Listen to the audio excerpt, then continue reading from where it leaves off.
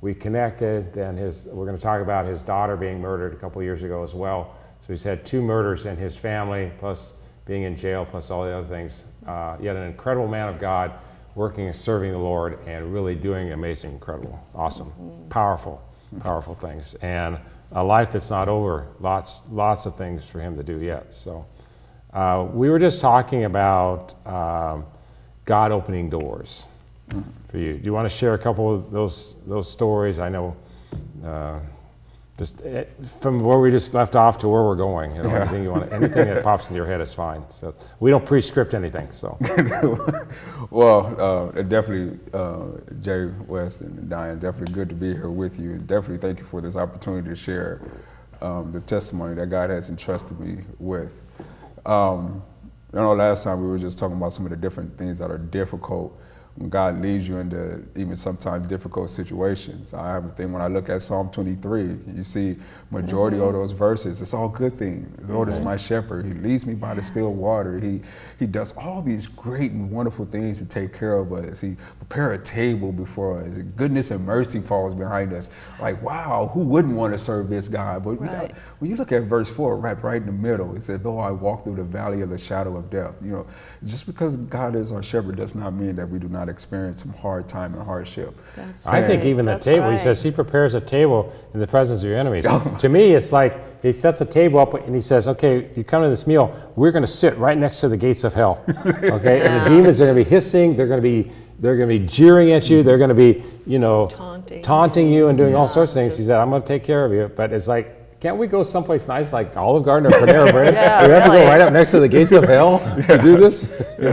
So. And so, yeah, I mean, there was just like all sorts of doors that were open, that was already in place. Like I said, being able to get that first kickback from God, that to be the first one to come out of that halfway house from the new bills that had been passed, that was awesome in itself. And just the work opportunities. Sometimes some of the doors were shutting. I was working at 2 jobs. I was working Panera Bread, and I was working Pepper Jacks. I remember that too. And I do, because I remember saying, he's working at 2 restaurants that begin with P. I can remember that. It was sort of interesting in that aspect, like those things, and that just kept getting doors shut as far as like opportunities to move up in the company just because of my background and everything. And so those things were frustrating. But you just have to continue to persevere. Eventually, I landed a job at Sitel, and I knew, you know, at that point in time, they're taking calls for DirecTV and their telecommunication. And I'm like, man, I've been in prison and all that. These feelings. I said, they're not going to hire me. They're not going to hire me. I was so shocked that they actually hired me that at this point in time, I was no longer working at Panera, and I was just full-time with Pepper Jacks.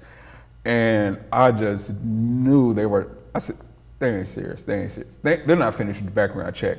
I held on to Pepper Jacks for like an additional 2 months because I was just so fearful that, you know, they're going to find out and they're going to cut me. They're going to let me go.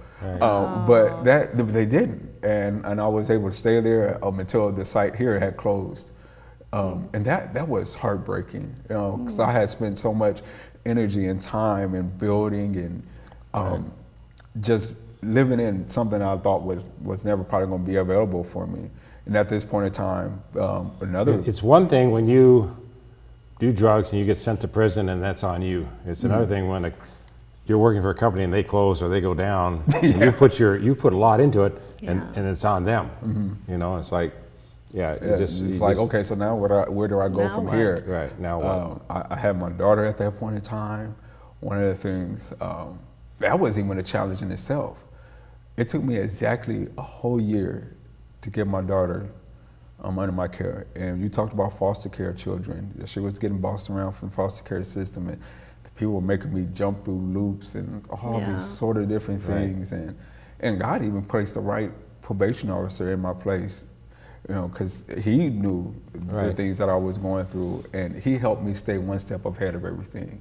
And it's like, oh, well, they're probably going to want you to have to take this assessment. So we're going to have you take this assessment as requirements of your probation. And therefore, it will be already done and completed. And sure enough, that next time I went to court, I say, okay, I done my A, B, and C that you gave me last time. It's like, okay, well, that's great. Well, now we need this assessment. It's like, okay, well, I already have taken that assessment. We'll get that information over to you from my probation officer. And so, but anyway, I had to jump through a whole bunch of loops for a whole year to get Kavion, which was the only living child that me and Vanessa had. And Vanessa passed away in 2009, and things started. With all the doors opening up, the doors for ministry. Oh my gosh, that was a wrestling match between me and God. And I was like, "You sure? You know who I am? Do you know all the stuff I did? You want to use me?" I just put a quote on Facebook, and it says this: "I know God's a gentleman because He's still opening doors for me." Yeah. So He's opening doors for you. Mm-hmm. Yeah. Yeah, and He gave me so much favor in so many different circles. I can go into places, I can have conversation in areas that I probably would be fearful of if it was 15 years ago. Right. Be able to go into the district attorney's office and speak, hey, how's everybody doing? And know some of the people by name and not fearful of what ticket or warrant that I may be coming down here to clear. Yeah. It's just a whole lot of difference that is there. Wow. But throughout this time, our seasons, we experienced so much grief. Yeah, you did. I can't even imagine how much grief. No, I you've gone can't through. either.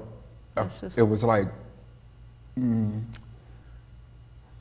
3 months after losing the job with Sitel, Mom had got sick. Right. It's the end of January, and she's just like, she calls me up one day, and it was either my mom, either me or my sister were taking her to work. She's like, she called me a little bit earlier than normal. I was like, okay, this is a lie. She was like, well, I'm just calling you just to make sure you was taking me to work today. I was like, yeah. She was like, okay, but I don't think I'm gonna go to work. I think I'm gonna go to the hospital.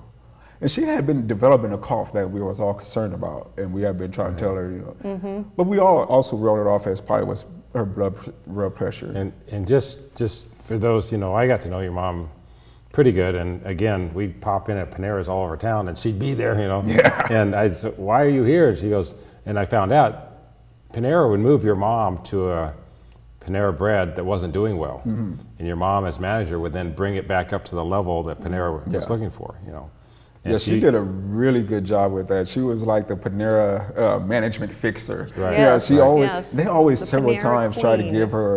give her a store. I wanted her BGM. Right. And that's another thing in this life. You have to know your limits. And my mom knew her limits. She didn't want to do that. She didn't I want asked to her be several GM. times, why don't you do that? She says, it's just not my calling. That's not what I'm supposed to do. Her line to me was, I'll help people fix their problem. I don't want the problem myself. Right. No, I remember having that conversation with her because I saw the leadership capabilities in her, which you also have.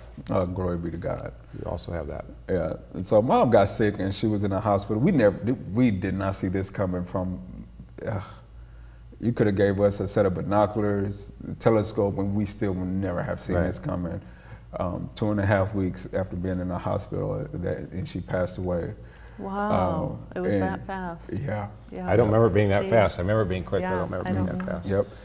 But God, like you say, He opened up doors. He also works in interesting ways, because He had me bathed in Philippians 4, dealing with this God of peace.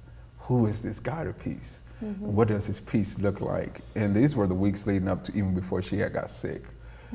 So I had this overwhelming peace. Even as going through we that. looked at Philippians last time. Philippians starts in some of the other books too. Yeah. Grace and peace, grace and peace. Yes. Well, there's no peace without grace. No. And it's like, it's the grace of God that leads us to the peace of God. And it opens up the door for you to have it. And if you're not experiencing, if you're wrestling with your peace, you might look at where you are with the grace part of God too. Yeah. And at this point, I hadn't been preaching just for a couple of years. I got accustomed to seeing my mother whenever she can get off work from Panera Yeah. to be out there. And And she was so, the Zion, Is this they at Zion? loved her. You're preaching just Yeah, this earlier? one I was just at Zion. And sometimes I get called to preach at other churches and Right. get invitations to preach wherever it was. If she was available, she'll make sure she was there. And She was very proud of you. Yes, she Yes. was. that is a very interesting story in itself. It was just so good to live in that realm. And it was the interesting thing, the woman that gave birth to me, I got to watch her be born again. Oh, That she came forth and gave her life to Christ. oh, And I switched phones, but I think I still have the recording on my phone. If all the data transferred over, yeah, but I had the recordings and I would still watch it. yeah. And the woman that taught me my first words, I was able to say her last words for her. I was able to do her eulogy. And that So, I mean, it's just, Vanessa, your mom, your daughter, it's crazy. I mean, it's absolutely, yeah. nobody would wish this upon their worst enemy. No, These were the no. most important women in my life. Right. Yeah. My mother, she raised me. We've seen ups and downs and all arounds. Vanessa, this was a woman, regardless if we get along or not. We're supposed to grow old and at least be in some type of communication relationship as we deal with our family. Right. And then my daughter, my legacy, my only child. So your mom passed away what year? That was in 2017, Okay. February 16th. And then your daughter passed away, That was was- murdered, killed. Yes. Oh man, just as we probably come into true grips with dealing with that. Was it last year? No, it's been 2 years. 2 years It was now? It's been April 2 18th. years. Okay. April 18th, 2018.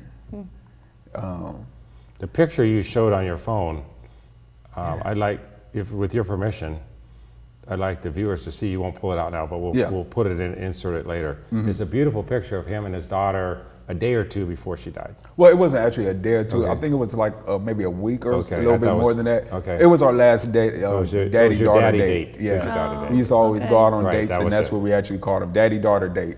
Right. So Right. there would be those dates where I would turn off the phones and things. And She we'll was go how on. old at that time? 21. 21. 21. Yeah. And her name again? Kavion. That's a Kavion. pretty name. Yeah. Kavion. I remember love going to the that. funeral. We talked about that before Yeah. the memorial service, and I remember that vividly. And you were even there. I watched you afar. You were so brave, courageous, unimaginable. But yet God's still using you. Yeah. And here's the interesting thing. We shared before, yea, though I walk through the valley of the shadow of death. We go through something, and I tell people all the time, because we're going to something. And if you don't mind, I'm going to share another scripture, 2 Corinthians, and I actually shared this last night too. That's why it's fresh in my mind. But 2 Corinthians chapter 1 has an interesting set of 2 verses.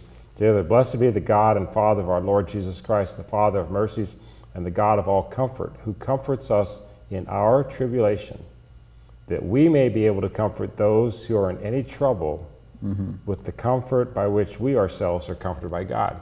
Yeah. So what that means is that the stuff you've gone through, you're going to something as well, but you take the comfort that you've received from God, and now you're able to comfort somebody else that's going through something else. I frequently say, I don't have to have a brain tumor to comfort somebody that has a brain tumor.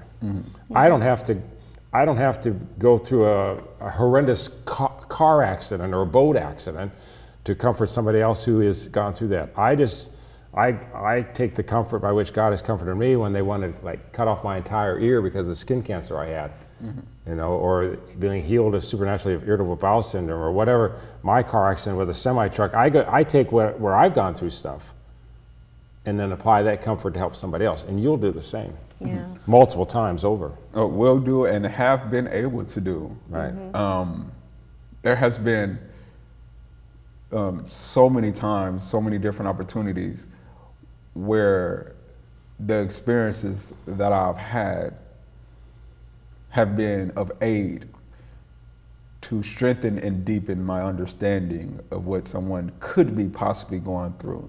Right. I use that word "could" intentionally because even though a situation may be very similar, people's feelings are still different. The overall aspect of what you may be experiencing may be the same. It's just being able to watch on TV and see another young person losing their life will always hit my heart. Right. But after losing my daughter, it created a new sense. It created a different dynamic to that. I know what it feels like. Well, it's like Right. we watch the news differently now. You know, I watched the news, can't remember when it was, last summer, some young lady in North Omaha, her 3-year-old son had been hit in a car and killed, okay? And she forgave the person that did it, you know. And I found it with social media. I found her name. I sent her a note. I said, that was just amazingly courageous for you to offer that forgiveness and to share that. We saw, not to take any credit, we saw an Uber driver last year who had been scammed out of $100 and some, okay? And it was done on Channel 6 News. And so I called Channel 6 News because I know that, you know, some of the staff there, they were there at your daughter's funeral too. And I said, we'd like to help. And long story short, they were able to connect us with that Uber driver. We were able to just personally just bless her and give her money back. And she's like, I can't believe somebody would reach out and help me in my little loss. And I said, because other people have helped us in our losses. That's the point. You know, to find needs in the city or in our area of influence. You know, you'll meet people I'll never meet. I'll meet people that you never meet. Together we might meet some that we can help together and truly make a difference, you know. And she was just overwhelmed. She started crying. We actually gave her more money because she had, and then she lost because she said she had to change all her bank accounts and that cost her money and everything else because she was scammed electronically out of this money, you know. And I'm not taking any credit, I'm just using it as an example. Life is happening out there every day. And for a lot of people, it's not good life. It's a bad life, you know. And they're struggling and they're crawling and they're just, I mean, this lady, Uber driver, she's probably in her mid to late 60s because her husband's retired and they're just doing it and she drives at night. She drives like from 11 at night till 5 in the morning, you know, in the streets, picking up, you know, people who need a ride to make ends meet. And we all have a part. You have an amazing part. You're going to have an amazing part. I rarely do this, but prophetically, I believe you have not even remotely seen God's best yet for what He has for you. Well, that is very humbling. But you're a humble kind of guy. That's why He can use you. You made me lose all my words now. But well, my wife will sing a song. It'll all come back to you. you know, when you were telling those stories, it's those acts of God doesn't just require us to be nice. He wants us to be kind, and He wants us to be able to have compassion. Right. Difference between being nice is I could be nice while gritting my teeth. I'm gonna still get this woman this water, even though she's getting on my nerves. That's nice.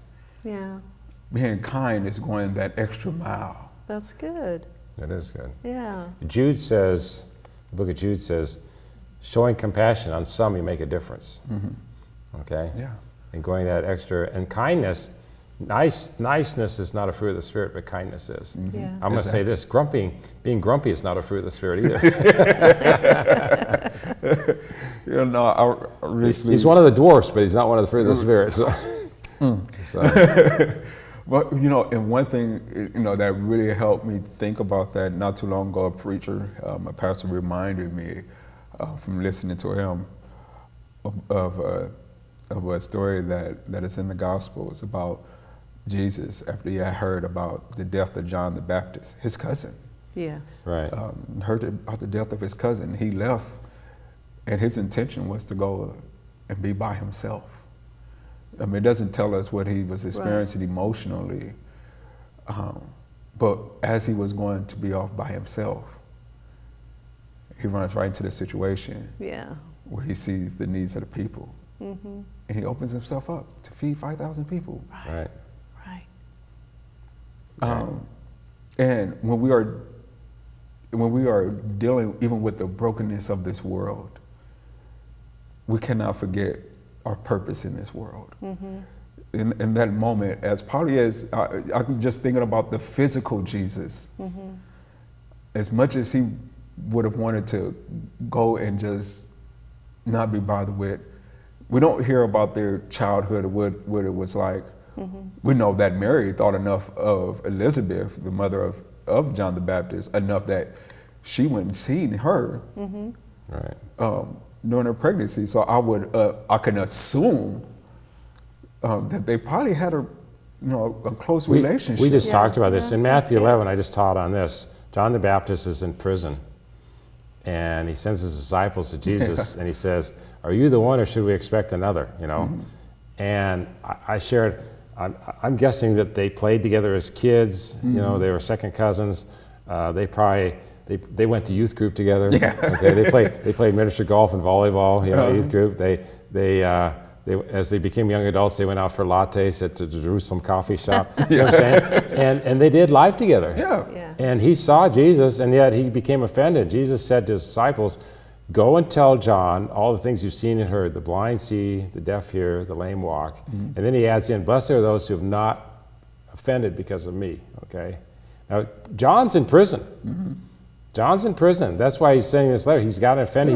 He's got the thing going on, and he said to Jesus, "Are you the one, or should we expect another?" Now, I've got to add this. The cool thing about Jesus, he deals with John privately with his disciples. He says, "Go and tell John, remind him all these things." Then Jesus turns to the crowd and he said, "What did you go out to see?" You know, he lists this guy, and John the Baptist was the hippie of the New Testament. Okay, he was an Old Testament prophet, but he wore the clothes and he ate weird things. He was the first hippie in the Bible. Okay, in my opinion. All right. Yeah. But Jesus turns to the crowd and he said, "There's not been one born of woman greater than John the Baptist." Yeah. That's what he says. Yeah. The point is, he deals with John privately, but publicly he affirms him. He doesn't put him down. He could have turned to the crowd and said, "This guy, this lowlife, he's my second cousin. You should know all this stuff. We've been doing life together. We did squirt gun wars together. We did all this stuff growing up. He should know better." He doesn't do that. He looks at John. He says, "Okay, John, here's where you're messing up." Okay, Yeah. privately, and then publicly he raves about him publicly, and that should be our attitude. You know, and that's why, yeah, you've got a history, but I've got a history. You don't know all my history. My history did not include going to jail, but there's other things. And Yeah. but publicly, we affirm you. I don't care about your history. Your history is what makes you, and your history is his story Yeah. in your life. And you know, and sometimes while we are fulfilling his calling on our lives, it get pretty interesting. John the Baptist went to jail Right. for standing up for what was right. Right.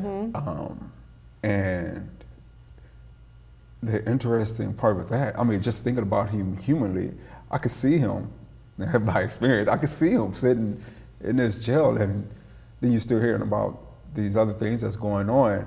And maybe even for a moment, like, okay, if I'm doing all these good things, why am I here? Right. Right. And if I am here, then what was I doing these things? Is everything I was doing, was this really what God wanted me to do? Yeah. Right. I could see John Just maybe even questioning. wrestling with some of those things because he's human. Right.